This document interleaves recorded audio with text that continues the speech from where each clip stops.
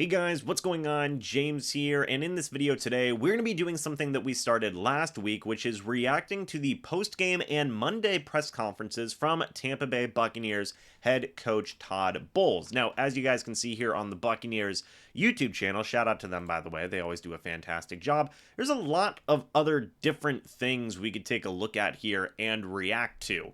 Jamel Dean had a press conference today. Baker Mayfield and Mike Evans had press conferences after the game as well. We also have the post-game speech following the Titans versus Bucs win. Is this stuff that you guys would want to see me react to? Let me know your thoughts and opinions down in the comments section below. But let's go ahead and get started. As always, I have not heard either one of these press conferences yet, so let's go ahead and get started with the post-game press conference from Buccaneers head coach Todd Bowles. Coach. Thank you.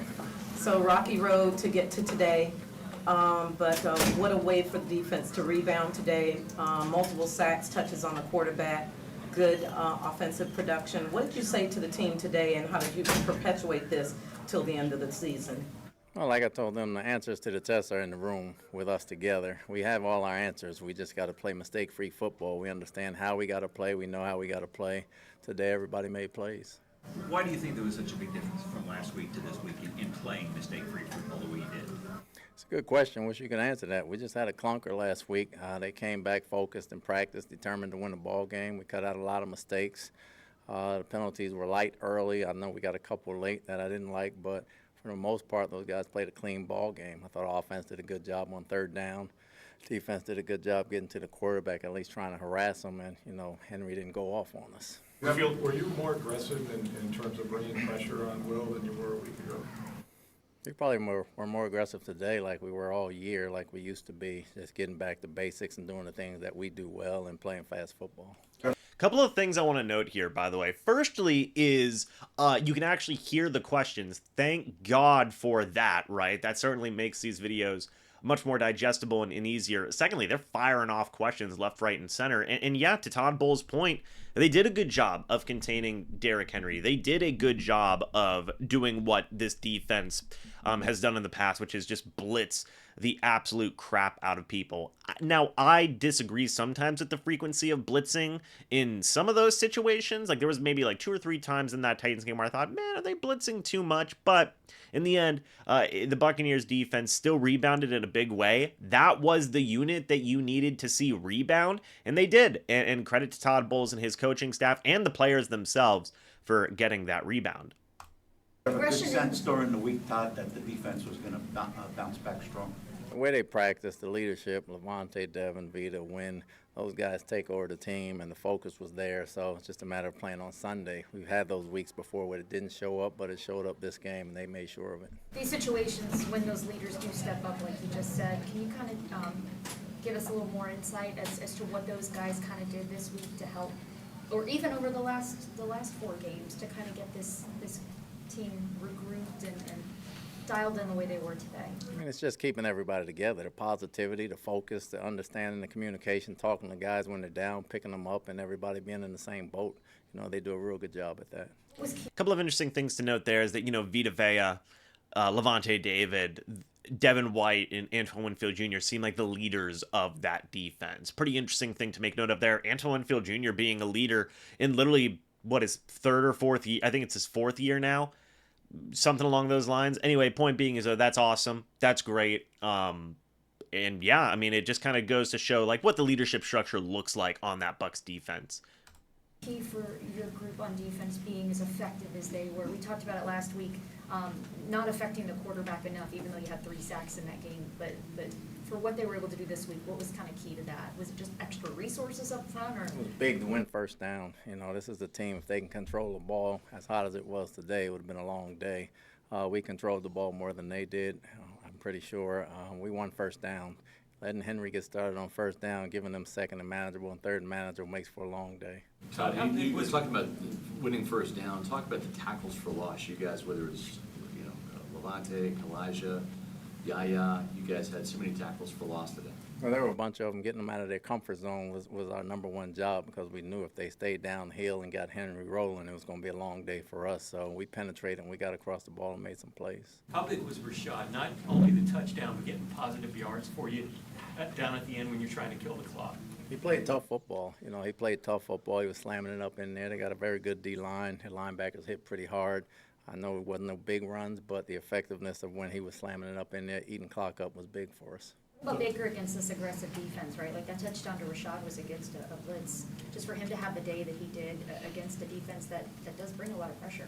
Did a heck of a job. He had the one blip with the interception, but he settled down after that and made the right throws. He found Mike, he found Chris, he found everybody, and he made the right throws at the right time. And sometimes it's just getting the ball in their hands and letting them run works for us, and Rashad did that. Yeah, just a couple of things there too. Is like Baker, I thought again played good in yesterday's game. Rashad White, they're just gonna continue to use him more and more apparently as the season goes on. And yeah, like the Bucs offense seems to be growing more comfortable. You know that, like I said, we saw that in the Houston Texans game. We saw that in this game versus the Titans, and hopefully that's a sign of things to come. Mike had a couple more drops. He's had 6 this year, but what was it say for him to be able to put that behind him and Baker come back to him after that? Well, Mike's mentally tough. You know, if he drops one, get right back to him because we know he's going to catch it again. He's going to be open multiple times. If we keep feeding him, we know he's going to come through for us. Kind of looked like Baker might have banged his thumb late in the game. Is he okay that way? He hit it on the helmet. I'll see what it looks like when I go in. Coach, obviously Kalijah got a late start with that injury. What have you seen from him like week to week and kind of the improvements that he's shown? He's still aggressive on the inside. He makes the edge rushers better because you're trying to double team him and Vito on the inside. So we got to get home on the outside, getting comfortable with the system. We understand where he is. He can do a lot of things for us, and we haven't opened up his whole bag of tricks yet. It just seemed like you guys went back to a lot of man-to-man today.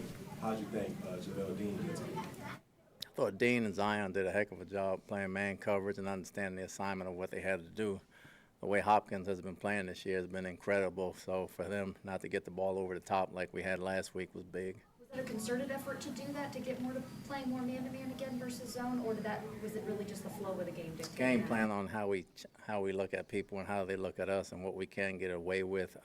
They play more base more than people do, so we can get away with more of it. Coach, does it feel like your offense is starting to find some of the balance that you really want? There's balance. We just got to stop the mistakes. You know, there's always going to be more pass or more run depending on who we're playing. So it's never going to be a complete balance. We just want to be effective with whatever we do. How much of a confidence boost, Todd, going into a tough road game next week? It was big because we lost 4 in a row. You know, a lot of people can lose faith. Yeah, and they these lost guys 4 never in a row. flinched in the locker room. The effort was there. They understood the mistakes they made, and they tried to correct them today. So that was big for us. Did you do anything? Yeah, just real quick, too. That game against the 49ers is going to be a very interesting game. This was a big win, right? You know, again, to Todd's point, you know, again, to lose 4 in a row. And they aren't really asking a ton of hard ball questions here. It's just more so just complimenting the win. You know, I always love whenever reporters try to talk over each other to ask questions, too. It's always interesting. But yeah, like, you know, again, this just kind of, how many times can Todd Bowles phrase it? You know, defense had a good bounce back win, and overall, it's just a good win for the Bucs. Different in terms of watching, just in CBS, watching film together as an entire defense as opposed to dividing groups, and did some guys speak up in terms of what they wanted to do or how they wanted to do it?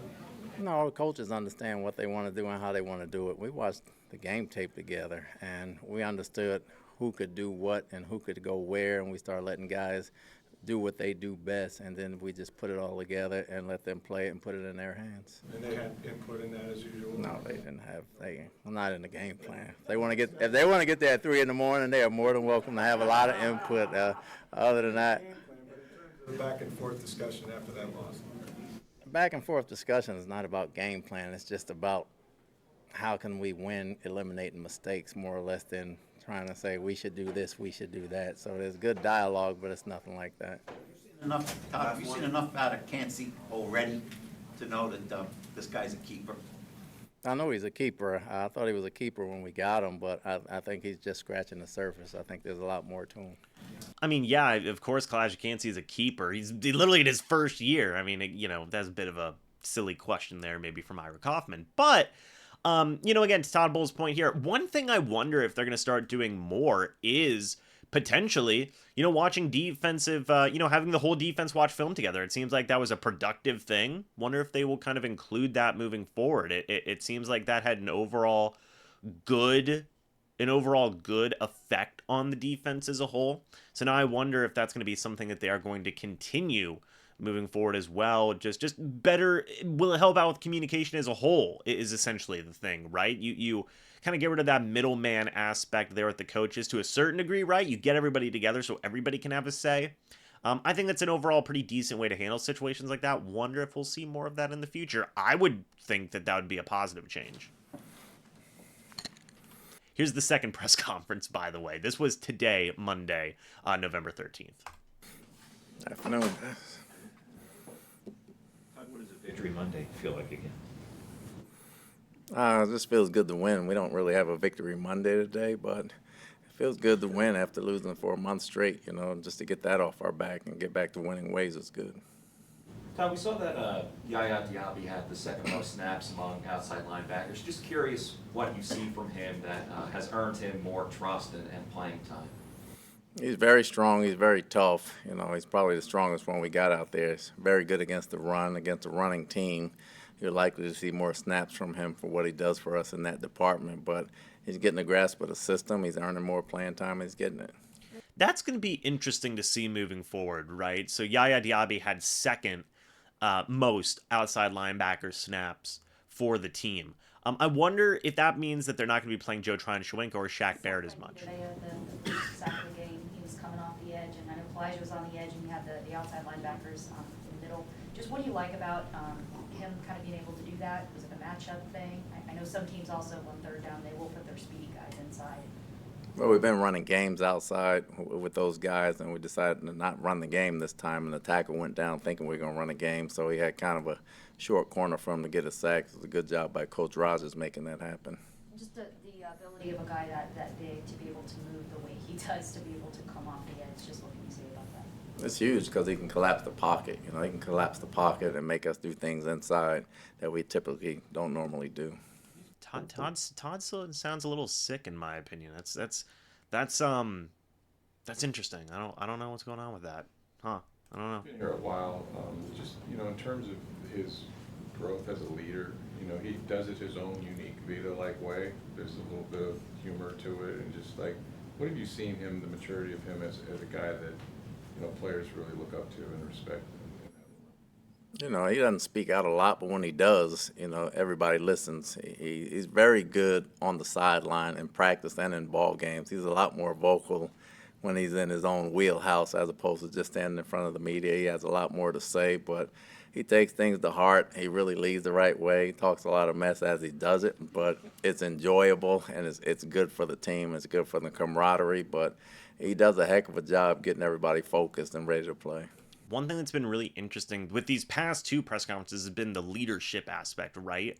And has been really the idea of the defensive players stepping up, right, in terms of leadership. Like, this is the second press conference in a row now we've talked about the leadership of Vita Vea and, Antoine Winfield Jr. and Levante David and Devin White and all these guys just having to make adjustments on defense and players really being a strong proponent of that. Interesting that that's kind of been the theme the past two press conferences. It's, again, kind of speaks to the strong leadership of those guys. Yesterday was the first we saw of Marquise Watts, and obviously he had a big role in the Winfield interception. Just want to ask you what you've liked about him and what led to you wanting to dress him for the first time yesterday. He's been working against Tristan and Luke the past couple of weeks, and he's been giving them fits in practice. I'm like, this guy probably needs to get a shot in the game. So with the people injured, we had a chance to dress him out and without losing too much. So we dressed him out and gave him a shot, and he came through just like he did in practice. Earned a shot to dress out again? It's possible. Interesting. Yeah, shout out to Marquise Watts, by the way. A guy that got an opportunity. I think he ended up with a quarterback hit, so that's pretty cool, and then Todd seems like he likes him a lot. He's all smiles. Look at Todd right here, all smiles. It's interesting. Does it look like Baker's hand's going to be okay? Thumb? Yeah, Baker's good. We've talked before about It's a good update, by the way. Baker Mayfield, he didn't take the last snap of the game. Kyle Trask did, so interesting to get that update there that Baker Mayfield's going to be okay. generating a consistent pass rush. And yesterday there was multiple sacks, multiple quarterback hits. How did that consistent pressure help dictate or allow you to pretty much call whatever you wanted to call on defense? Well, it's about winning first down. Against those guys, they're very tough on first, second down, keeping it third and manageable. Getting Henry going on first down makes it trouble the rest of the game. We got a few TFLs in there early, got them in some long yardage situations where we could pin our ears back a little bit, and the guys got going early. So we worked at it all week. We'll continue to work at it, and it got us going early, and they just kept it up throughout the game. Sorry, different circumstance, but does this feel? I mean, you were this record a year ago when you won the division, It's one interesting thing to note, by the way, is that right now the Tampa Bay Buccaneers have the same exact record they did last year with Tom Brady at quarterback. That's it's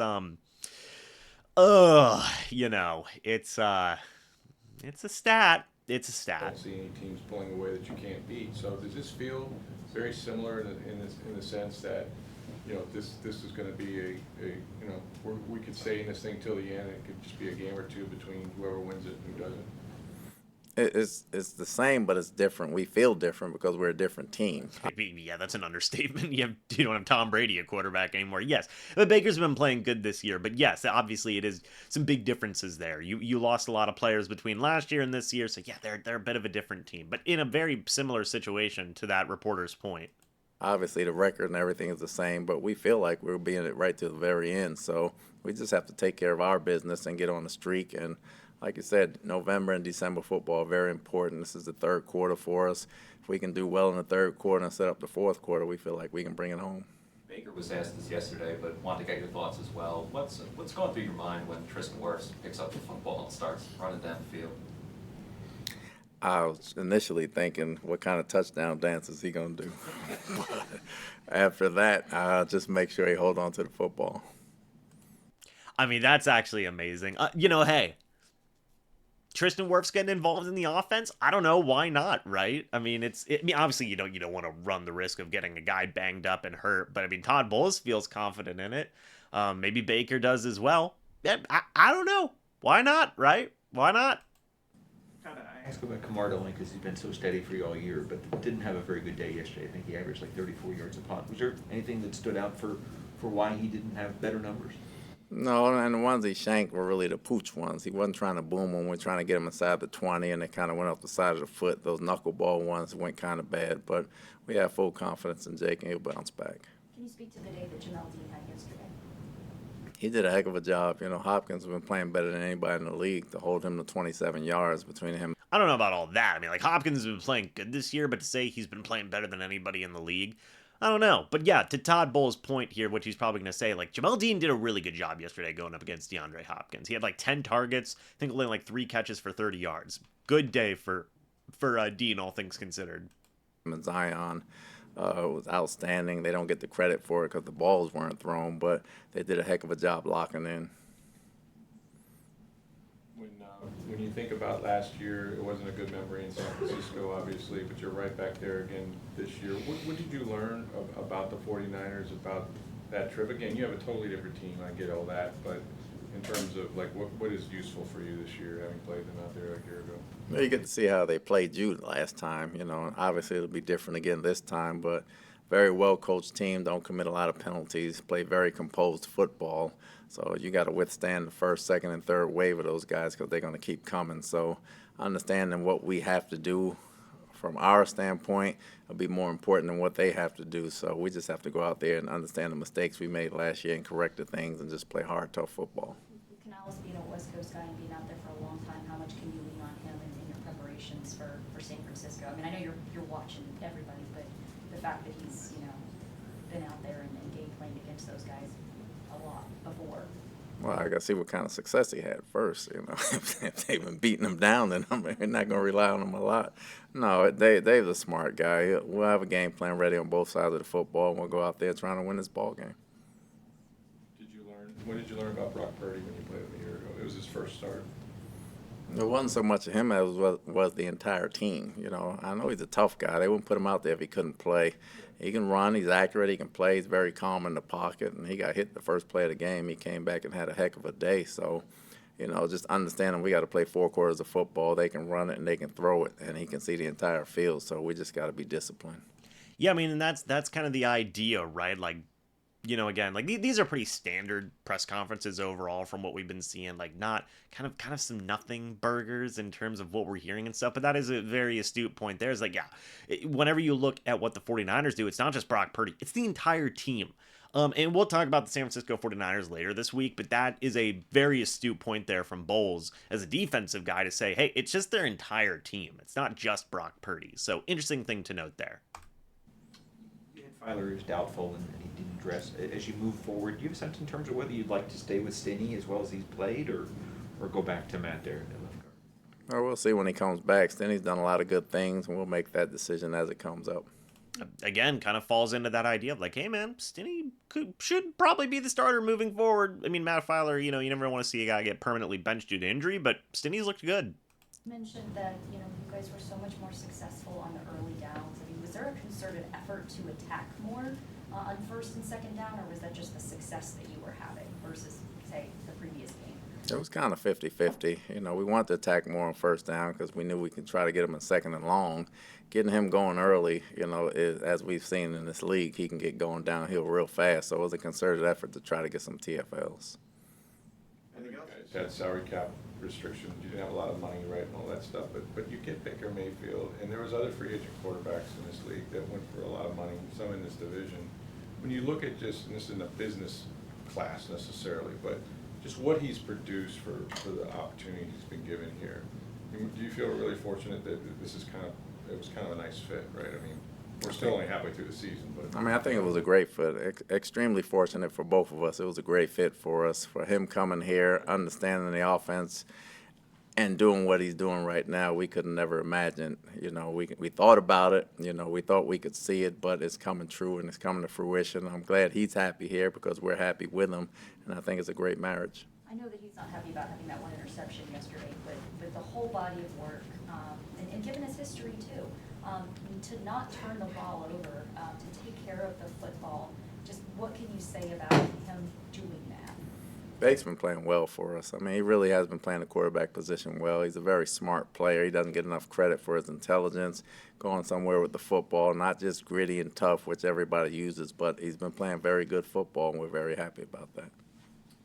Good way to end off the press conference there talking about Baker, right? Because again, it does reinforce this idea of, you know, like, hey, we talked about it, right? I may be making a separate video talking about this, but like Baker's been playing pretty well to the point where, you know, maybe if things do work out, you know, and that is a big maybe, big if, but you know, Baker may be that guy moving forward for the next year or two, depending on the circumstances, depending on the situation. He's been playing pretty well. Those comments from Bowles definitely kind of give an indication to me of like, yeah, I don't think they're going to be benching Baker Mayfield anytime soon. Doesn't seem like that's going to be in the wheelhouse in the situation there. So, you know, some interesting comments here and there. Overall, you know, it's definitely a lot more pointed questions during a loss than during a win. But I think the biggest thing that we saw from these press conferences was the leadership aspect of the players, right? You're seeing some of these guys step up. You're seeing this team kind of come together more, especially on the defensive side now. And that's a good thing, right? I think that's kind of been the theming of those two press conferences, was the idea of leadership and guys needing to step up whenever they needed to most and getting that job done. So yeah, guys, let me know your thoughts and opinions about this down in the comment section below. I would love to hear it. What are your thoughts on those comments from Todd Bowles, the press conferences? Let me know. I would love to hear them. Thank you guys so much for watching. Hope you all enjoyed. As always, I'll see you all in the next video or the next live stream. But until then, and as always, guys, goodbye for now, and go Bucs.